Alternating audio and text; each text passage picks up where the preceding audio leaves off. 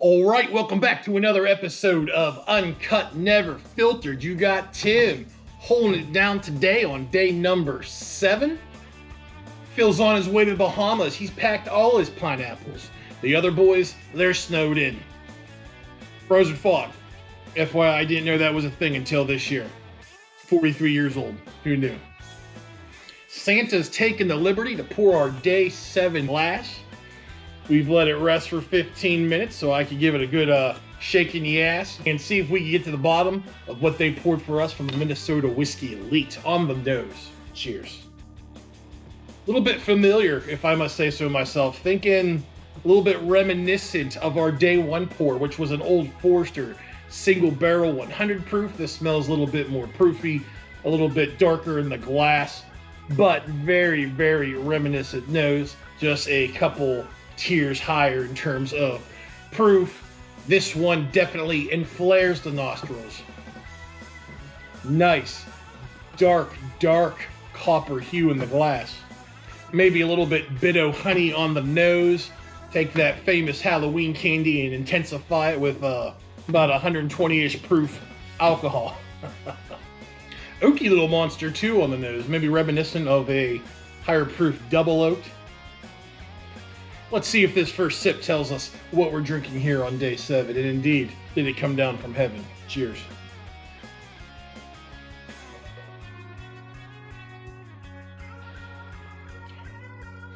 Right off the rip, that's definitely in the high 120s, maybe low 130s proof points. Maybe I'm going to say today 126 proof.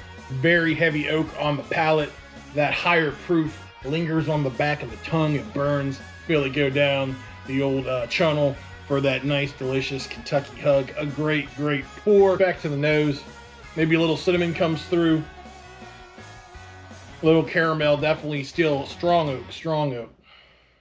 A good, viscous bourbon whiskey, evenly coating all around the tongue, all over the palate.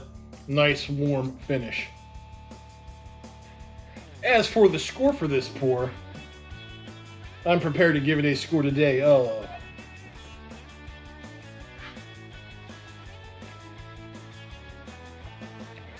7.4. This is a good whiskey, good bourbon whiskey.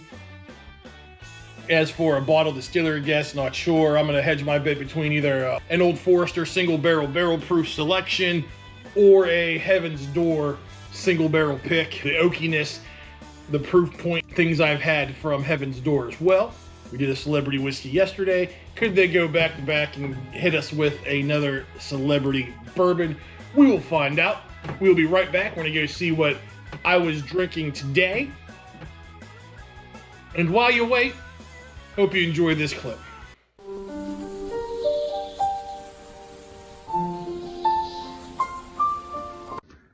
I got a very hard to find bourbon at the liquor store today.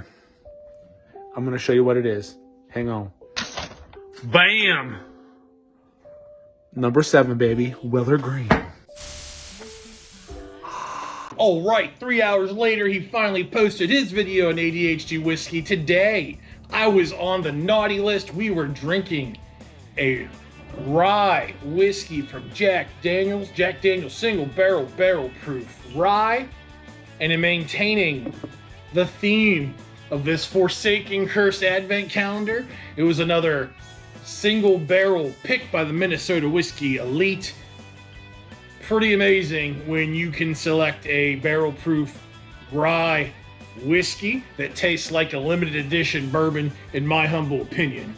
It was a COY Hill Barrel House. Jack Daniel Barrel Houses 8, 9, 10, 11, and 13 are on COY Hill. I specifically bought this bottle of single barrel proof rye back in October from Barrel House 9. I gave it to Nick and Greg and asked them what they were drinking, and they could not pick up that it was a rye whiskey. This one's similar proof, 137. I was off by 10 proof points. One of the smoothest, nearly hazmat pours of barrel proof rye whiskey I have ever had in my life. Same nose, I said it was familiar. Rye whiskey from 2 months ago. There you have it. Owned once again on day 7. We'll see you tomorrow on day 8. Until next time, cheers.